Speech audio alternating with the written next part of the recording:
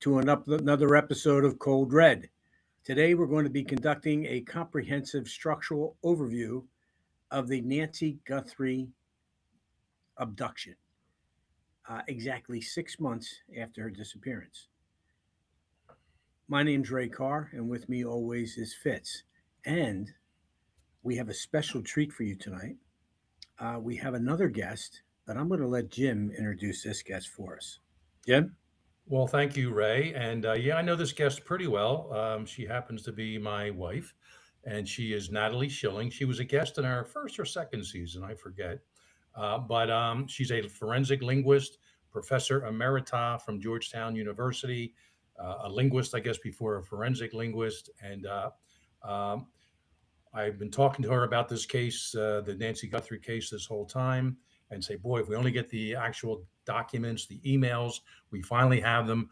I've been correcting people. Don't say notes. Don't say, these things. I would say communications. Now we know they're emails, and we have them, and there's only a little bit of redaction to them, and I think the paragraphs as they are stand out on their own.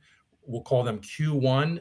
The first email is dated February 2nd, and Q2, Q stands for question, document, you could say, or email in this case, February 6th. And they're questioned because we don't know who the author is.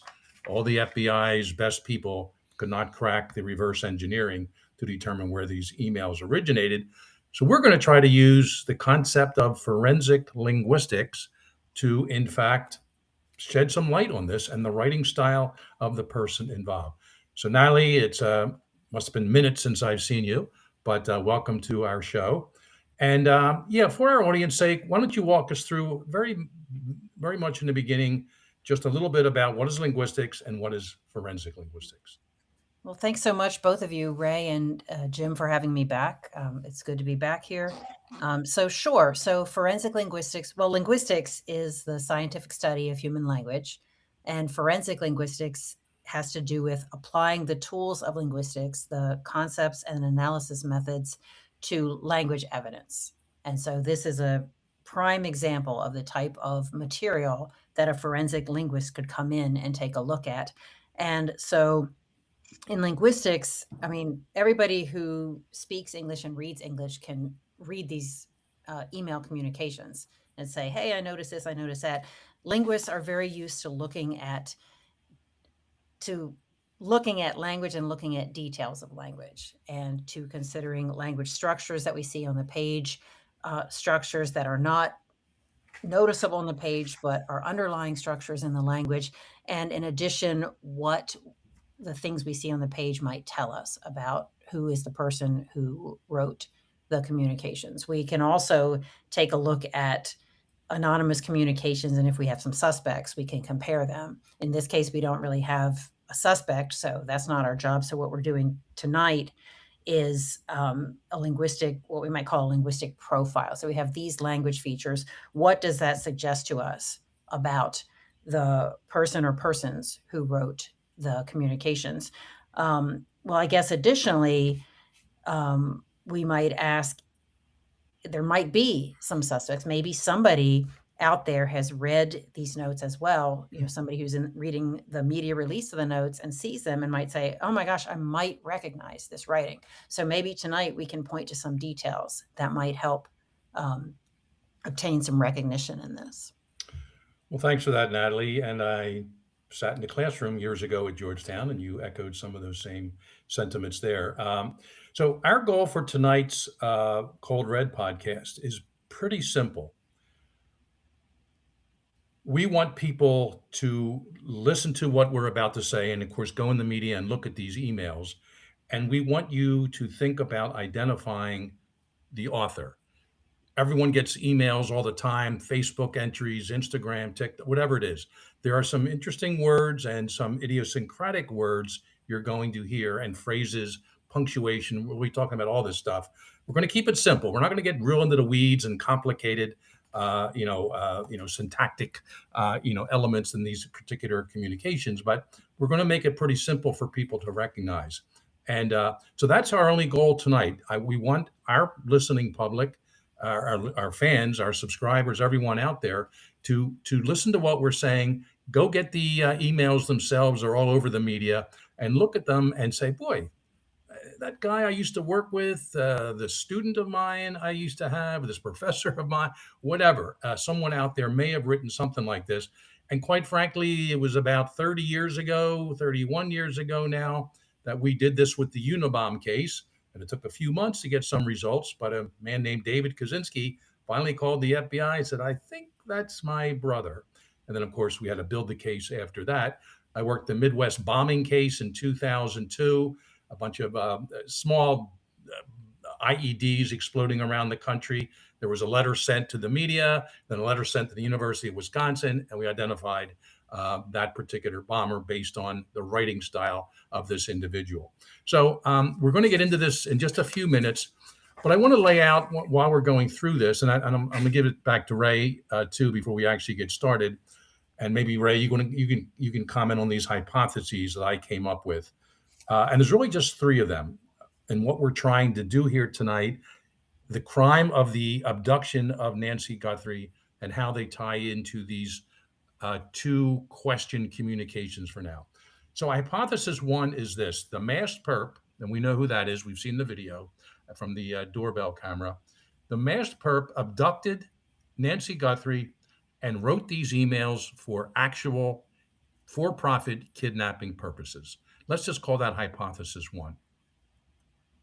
Number two, masked perp abducted and wrote these two emails, but it really is never meant to be a kidnapping. This was a smokescreen, a misdirection designed to throw off the actual purpose of the abduction. So just the hypothesis one and two, the perp, on the doorbell camera did write these emails. One for legitimate ways of attaining money, be it 4 million or 6 million from the Guthrie family. And the second one is just a smokescreen disguise. The third one is hypothesis three. The masked perpetrator had nothing to do with these two emails, and these are simply sent by an opportunist from out there, U.S. Or somewhere internationally, and just decided to jump on this bandwagon after a few days. Really 24 to 36 hours, the first email came in on February 2nd. And I'm just going to state real quick, I know it says on the bottom of Q1, that's the first email, that she had a white smartwatch on the floor, on the foot of her bed, and the white floodlight in the backyard was destroyed. We're going to discuss that line, linguistically speaking, further on in our session today. But we've been hearing this for a while, Ray, and I'll let you chip in here. If in fact the white smartwatch was found on the floor of the foot of her bed, I'm reading here from it itself, and there was a backyard floodlight destroyed, interesting use of words there, that could lend some credence to the person who wrote this email was in fact inside the Guthrie household.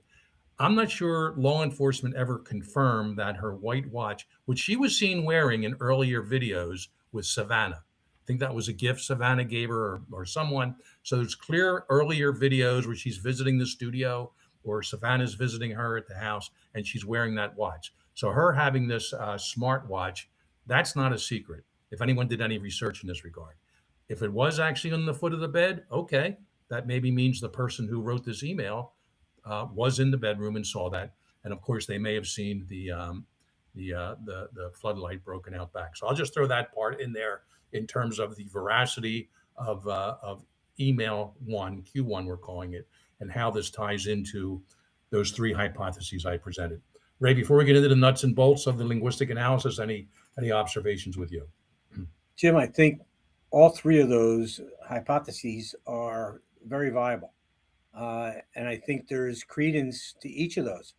I go back and you and I have discussed the release of these communications for a long time, since the beginning when we were aware that they were even available.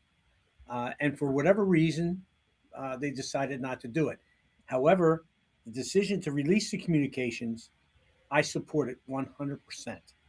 And from an investigative standpoint, this is usually done when investigators believe traditional leads have kind of been exhausted, and they hope that someone is going to recognize the author's writing style. Now, when you look at that style, they're looking at phrasing and unique details in the writing, as you and Natalie are doing. And when the sheriff's office specifically said they believe that there is linguistic patterns, syntax, and word choice that may be recognizable to someone who knows the writer. I guess, I know you're going to get into this, but I know if I'm here and I'm not an expert in forensic linguistics, but when you are reviewing these communications, I want to know what your first impression is from both of you. I'd love to know what your first impression is. And I want to ask Natalie one more quick definition, and I know you know this stuff. Idiolect. If you could explain that to our audience, and then I would say start wherever you want in terms of your breakdown of these Q1 and Q2. Okay. Yeah, thanks. So an idiolect is a person's unique and distinctive communication style. It might come across in the way they speak. It might come across in the way they write. And although many, many people share any given language, there are many speakers of English in the world and many writers of English in the world. Everybody uses that shared language slightly differently. And this is because every single unique individual has different experience with and exposure to language and language influences. So we all come from certain language backgrounds, certain dialect backgrounds. We grow up in certain communities. As we get older, we start participating in different communities. We choose some of them are less voluntary, and we pick up the language usages around us. So we're exposed to language as a baby. A little bit later, like I said, we start joining different groups. We're exposed to different language. And then we also, in addition to sort of our core linguistic features, we develop certain habits. So there might be maybe some dialect features we're not aware of that we use. We're not even thinking about it. But other things we're kind of aware of, and we just get used to using language in a certain way. So that's part of each person's unique usage. And then some of it, too, is particular choices that we make, whether to be part of our unique persona. We have developed a certain way of writing or talking, or because of the situation that we're in. So we write differently if we're writing an academic paper versus a quick email to somebody, something like that. So all of these add up to each person's unique language or their idiolect. And one thing that is just, to me, so fascinating about the way language works is, if you think about it, if you have a particular message you want to convey, there are so many ways that you could actually convey that content. And I'll give you some examples as I talk about what I see in these emails. Well, I'll give you an example now. So something like the way you would write a date and time. So in the notes, in the first email, we see, what do we see? Before 5 p.m. on Thursday the 5th. And then again, we see on Monday the 9th at 5 p.m.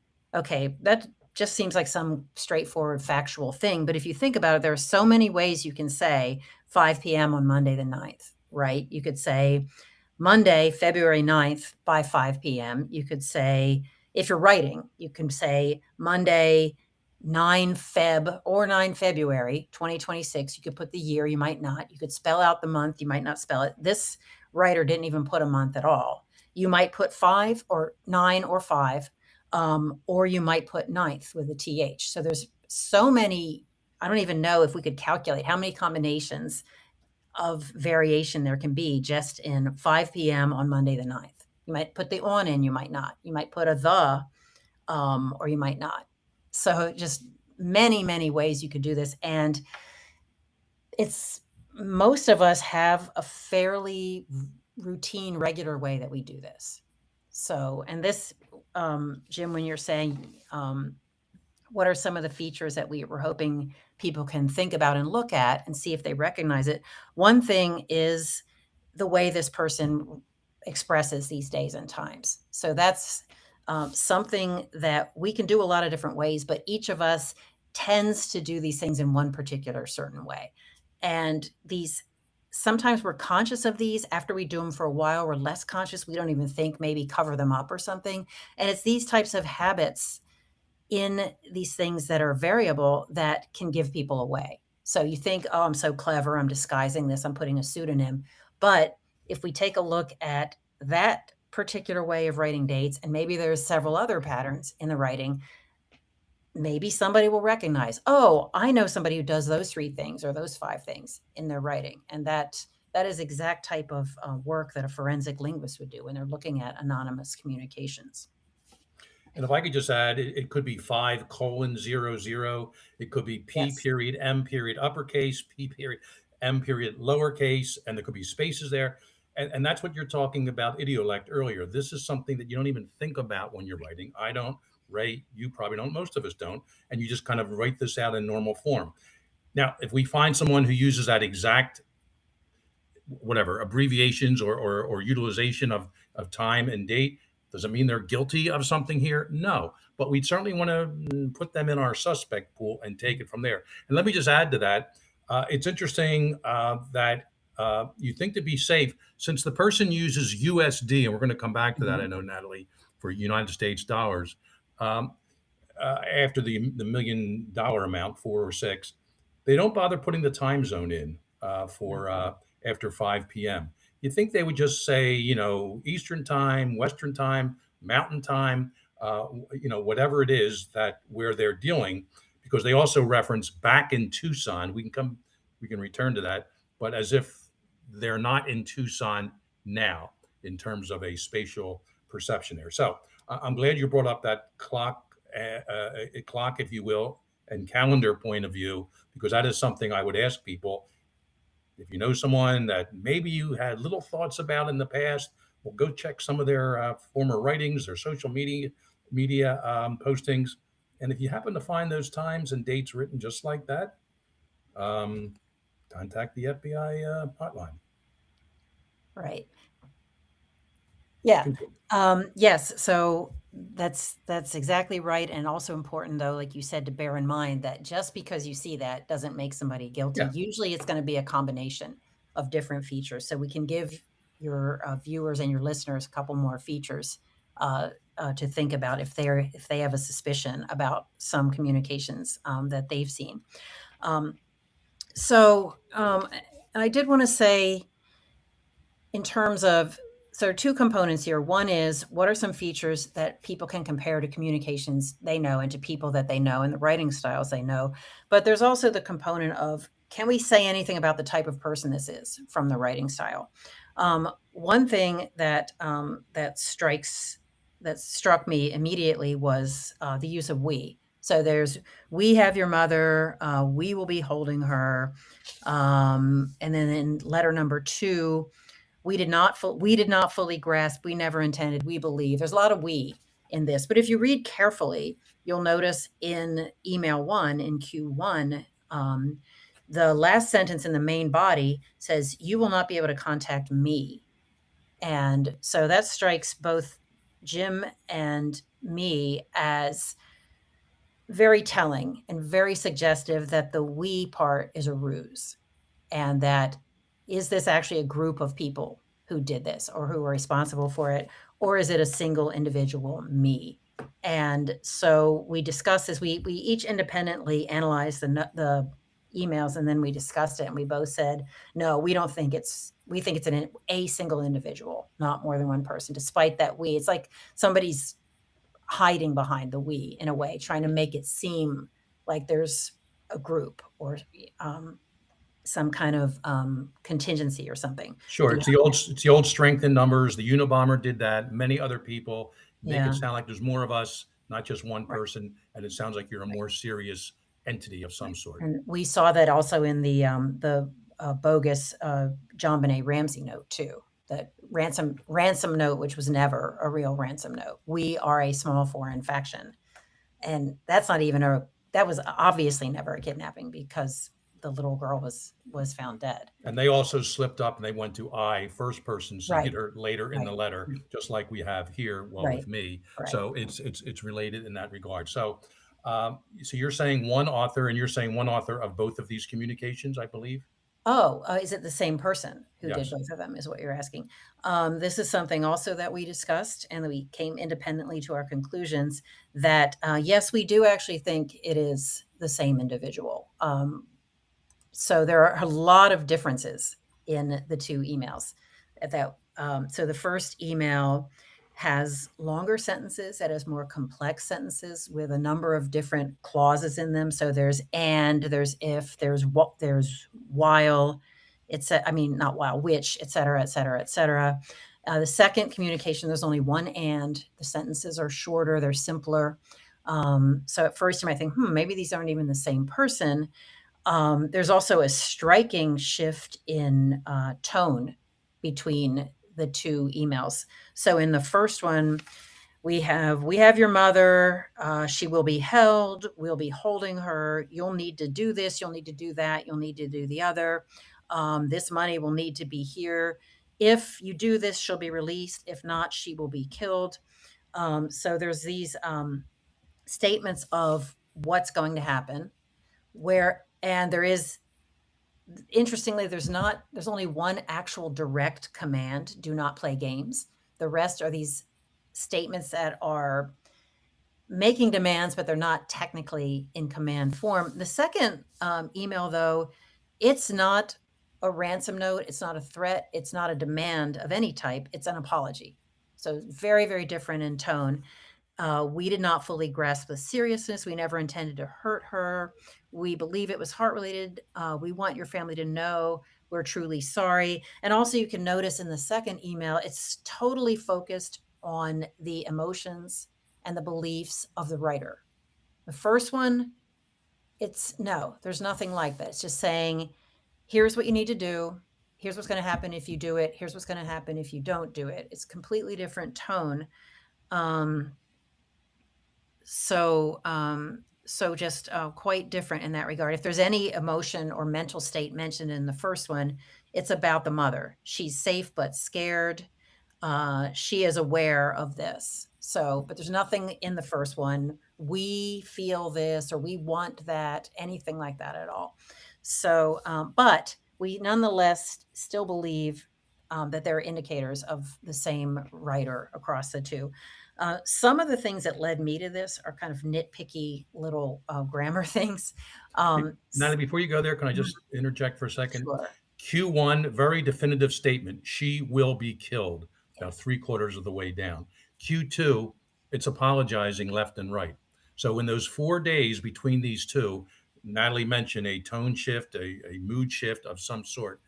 That definitely occurred, and which could, if this was a true professional kidnapper, all they wanted was the money. And Ray, you and I have discussed this before. They would have still tried to get the money, even though she's dead. They could still send her slippers or a piece of clothing of something she was wearing somehow through the mail, or leave it somewhere, and they could have gotten the money. But all of a sudden, the whole tone shifted, and it's very possible that perhaps, with looking at the hypothesis you want here, Nancy was still alive when the first email was sent on the 2nd, but by the time the 6th came along, 4 days later, she had died. Do you want to add anything to that? Jim, I agree, but I guess I'm listening to what you two are saying, and I'm wondering, do the communications that we're talking about, do they suggest in any way that the author of these communications knew Nancy personally? Yeah, I think these emails themselves, we'd have to be careful in suggesting that.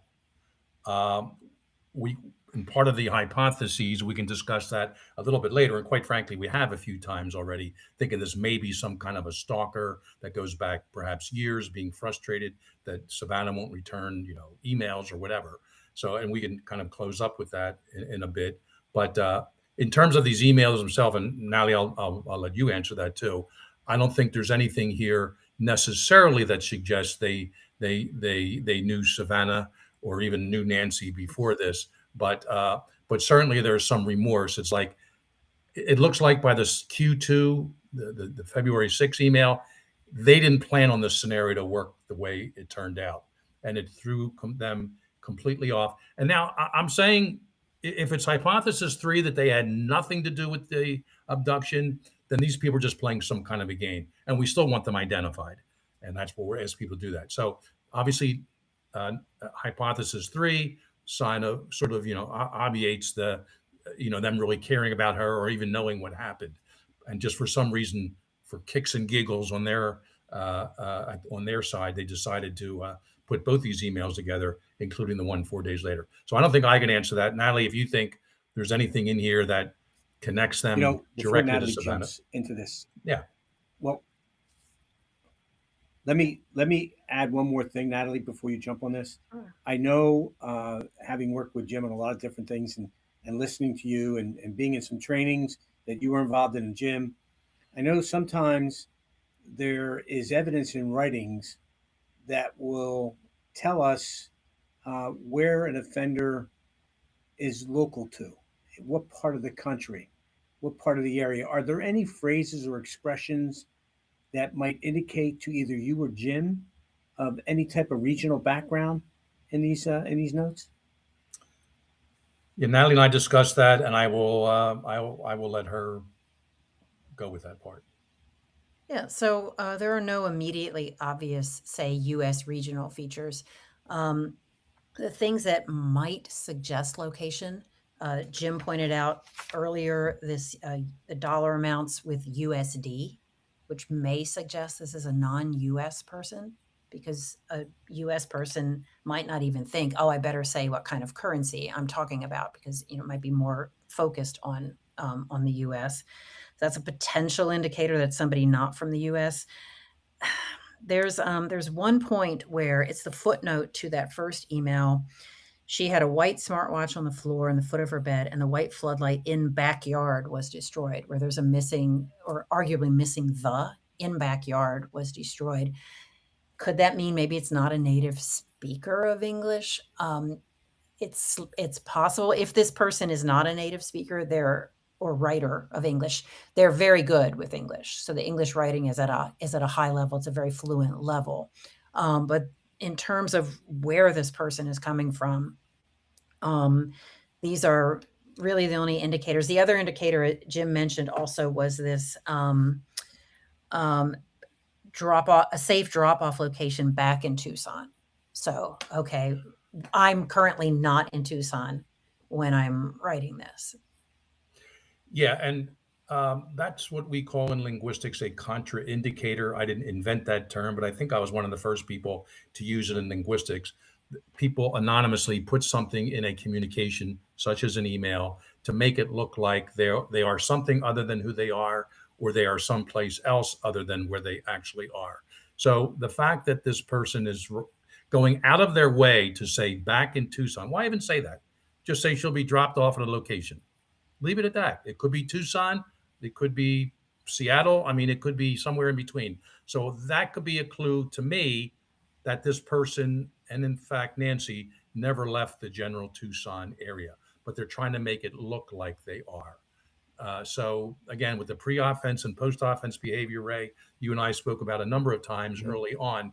This could be a factor: who was traveling, who was not traveling, or someone who just maybe stayed right in the general Tucson area, during this particular weekend, and they had a safe house to get right back to and keep Nancy quiet for a day, couple days, who knows, couple hours, who knows, in that regard. But Natalie, I'm going to ask you if you're okay with this. You brought up that sort of a postscript at the bottom. There's a couple interesting words in there that you and I talked about earlier. You basically came up with them. How about running that by us? Because these could be very specific. We talked about the time and the date, writing style, and formulation. But here are a couple words that Natalie came up with that may help further identify someone if you have some of their writings in front of you.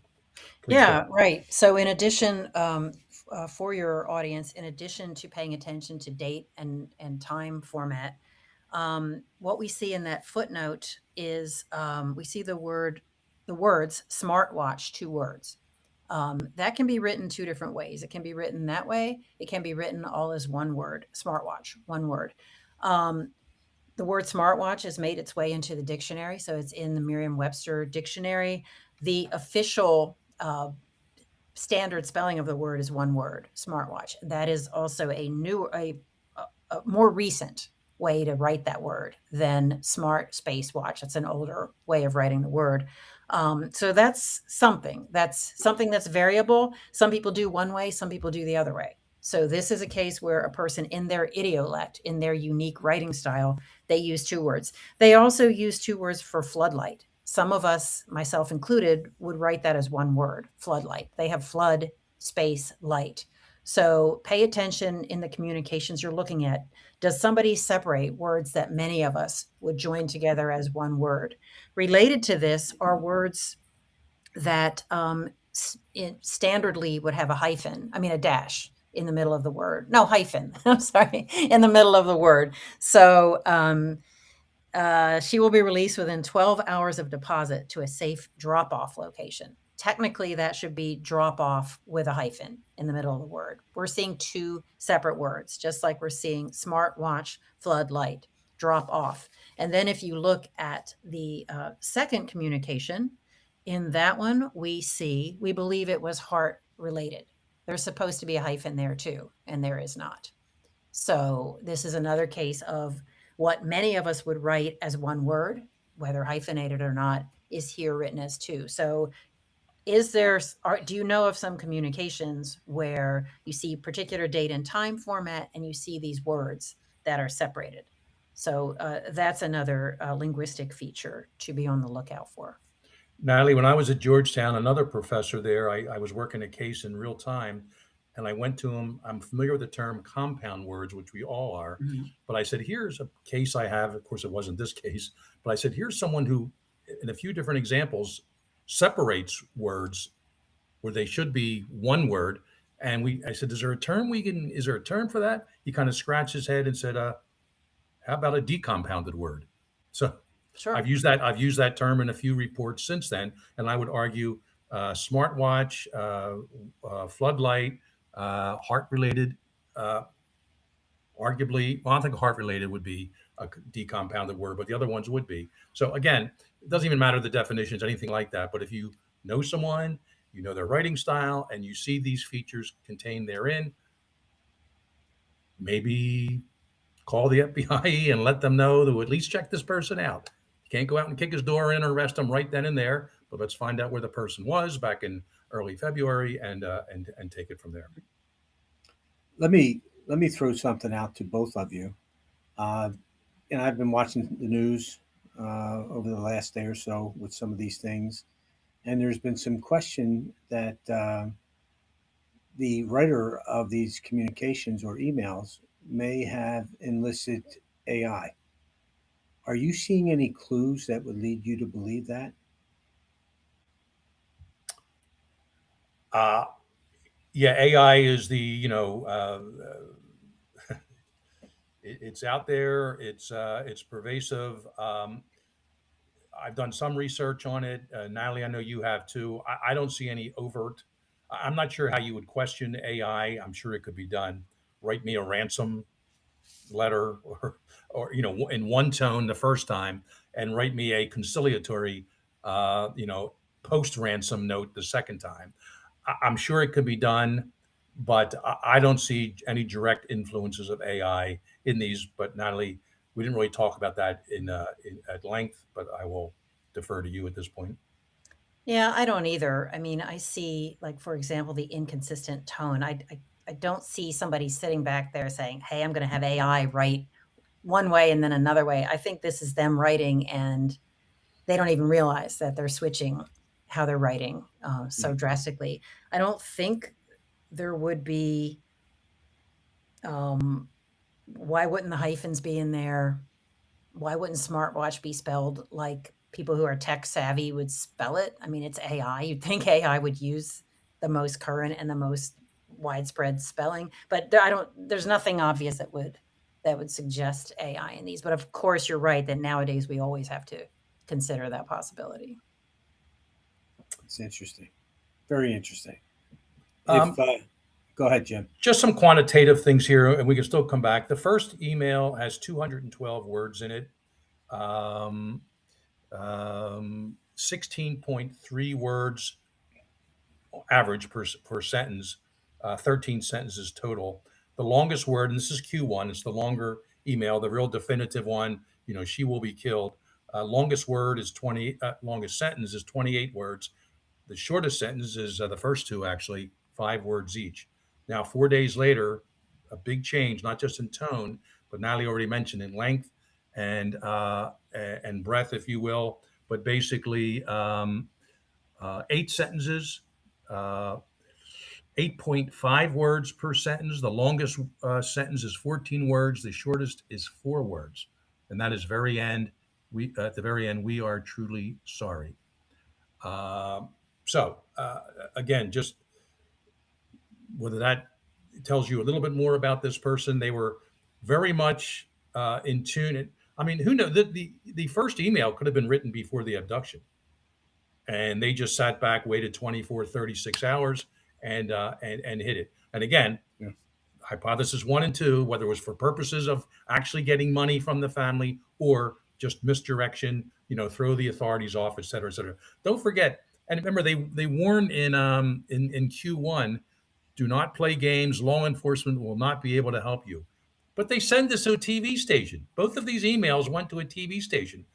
The TV station is obligated to turn it over to law enforcement. Luckily, they didn't publish it. I mean, I would have liked to have seen it early on, but they played by the rules. And of course, the family got it. So you can say this is extra linguistic beyond the 4 corners of what we're discussing here. But a lot of this just doesn't make sense in this being a legitimate, real kidnapping for profit, which, Ray, as we discussed a number of times, is so rare in the U.S. and even the Western world. So I think this was done for other reasons, but we can discuss that again some other time. Natalie, is there any, or Ray, any wrap-up questions, or Natalie, any last things you want to get in here? Either of you. Go, Ray. There's 2 things. Number 1, I want to let our audience remind them, please use the live chat to let us know your thoughts and or theories that we can kind of address to both Natalie and Jim. And the other question I have, if you both were going to brief investigators tomorrow and could only provide 3 conclusions. Now, Jim, I know you've given 3 hypotheses, but given 3 conclusions or a bit of information based solely on the language in these communications, what would it be and why? Yeah, I kind of mentioned to Natalie beforehand, we may be asking this. I'll let Natalie get a little more in the weeds. I would just emphasize it's one author of both of these emails. And that person is a native English speaker or a high functioning high functioning speaker. Maybe some other language was their first language. There's just not enough here otherwise to say that. And I should also throw out, there are no contractions in either of these emails. You can take that for what it's worth. Maybe if you have that suspect person you're thinking of, what's their habit of using contractions? And there are examples here where contractions could have been used, but they were not, verb phrases, etc. So I'm not comfortable with race. I'm not even comfortable with sex/gender. There are almost maternal, if not arguably female style present. There is style present in Q2, but I'm not going to say it's a woman. Could it be a man who sort of communicates in a traditional female communication style? I mean, Q2 is not necessary. Even if she died accidentally on the watch, just why even bother sending Q2? It just gives potentially more evidence on the way to trace that email. So I know you just asked me for 3 bullet points. I went a little beyond that, but that's how I would kind of sum it up to the investigators if I was presenting to them, tomorrow. Quite frankly, I hope they're listening to this, if not live in the next few days, and hopefully they get some information out of this. But Natalie, I'll turn over how you want to synthesize this from your perspective. Yeah, I would agree in terms of a profile of the author. I agree. One person, not a group of people, a pretty highly literate person, likely a native speaker, but if not highly fluent, possibly a non-US person, possibly outside of Tucson, but we discussed that that may not be the case. And then I would just stress again the features to be on the lookout for in any suspects communications. So we talked about the format of date and time. We talked about floodlight, smartwatch, missing hyphens and hyphenated words. Also, numbers are written as numbers, not words. 4 million is the number for the dollar amount format, 4 with the word million. You could have written that out with zeros, but this person doesn't do it. They say 4 million with a word, 6 million with the word. Be on the lookout for that. And consider also the vocabulary and some of the phrases. So there's some elevated vocabulary, maximum increase, completed, destroyed, intention, when you could have said, that's not what we meant, that's not our intention, those types of words. And it struck me as very unusual phrasing, she perished. That why not she died, she passed away. That's unusual. It's almost even like weirdly like theatrical in a way, maybe.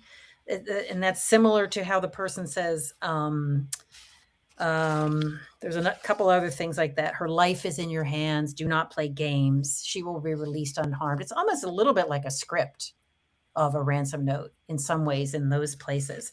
But anyway, just being on the lookout for that kind of wording. And of course, the phrase that's been much talked about in the media, this buried in nature.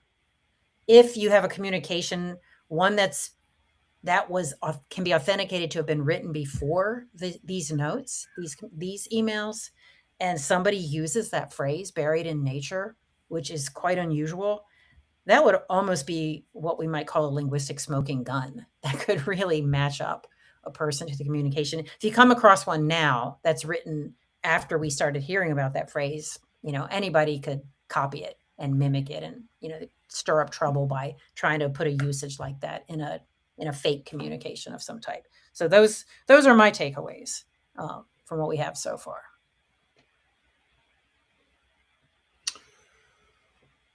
I just read this comment. I can see this being the perp and his female partner or mother, and she was crucial in sending out the second letter, increasingly afraid it's getting out of their hands now that Nancy was dead, plus the media. Yeah, so I can't rule that out at this point.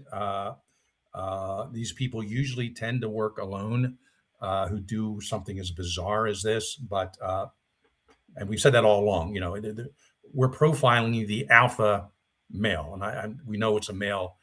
I'm pretty darn sure it's a male in the phone, in the doorbell camera.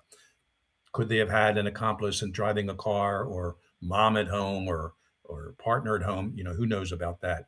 But the main person, we always do this, Ray, and you were there back in the day. You profile the primary person, the alpha male, the one in charge, and if you can get that one right or pretty darn close, that will help you solve the rest. And if there happens to be an accomplice, well, then that person gets taken down too, of course. And quite frankly, and we were talking to that accomplice out there. I'll do it again. If you're out there, you can save yourself a lot of trouble by making that phone call and saying, you never knew this was going to turn out like this.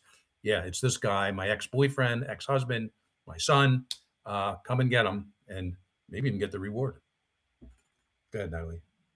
I was going to say, you also wouldn't expect some of the linguistic similarity that we see across the two emails if it is two different people. So right. Nobody would think, oh, I better make sure I don't put a hyphen in this word so it'll look like one person who wrote both of them. So something like that would be difficult to accomplish if it really was two different people. It's not like we don't pass down our hyphen patterns from, say, mother to son or something like that. So. Yeah, idiolect is certainly influenced by parental upbringing, but it certainly takes on a life of its own down the line. Ray, I mean, if you want to take this out, I think we've covered the basic points here, and we can, in a subsequent episode, discuss some more of this. I want to thank Natalie. You have enough things you're doing, and I know you have your own business, your consulting business you're doing. What's your website if somebody wants to contact you? NatalieSchillingConsulting.com. So Okay. I do And forensic linguistic consulting on these types of matters as well as others. corporate, civil, all types of things. Yeah. Copyright, patent. So not that that's why you came on tonight. I surprised you with that, I know. Ray, any final words and I'll take us out? No, Jim, I think you guys have been great. What an education tonight about what's going on here. I feel like I know so much more about these communications that I did beforehand. Thank you both very much for your insight. Well, and our only goal is to maybe solve this case. And we've been saying Sure. that from day one. Any open case we talk about, Ray, that's Right. our goal, is to try to solve it, help authorities solve it. We don't need any credit, anything like that. Just maybe we'll shed some light to some investigators that are, part-time on the task force down there.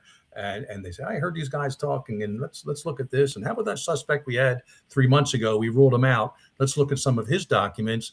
And they see these decompounded words, as we mentioned, or the dates and times being written in the same way. And one good thing about the internet and past writings, you can't change those. I guess you can try to delete them, but if they're anywhere on social media, they exist forever.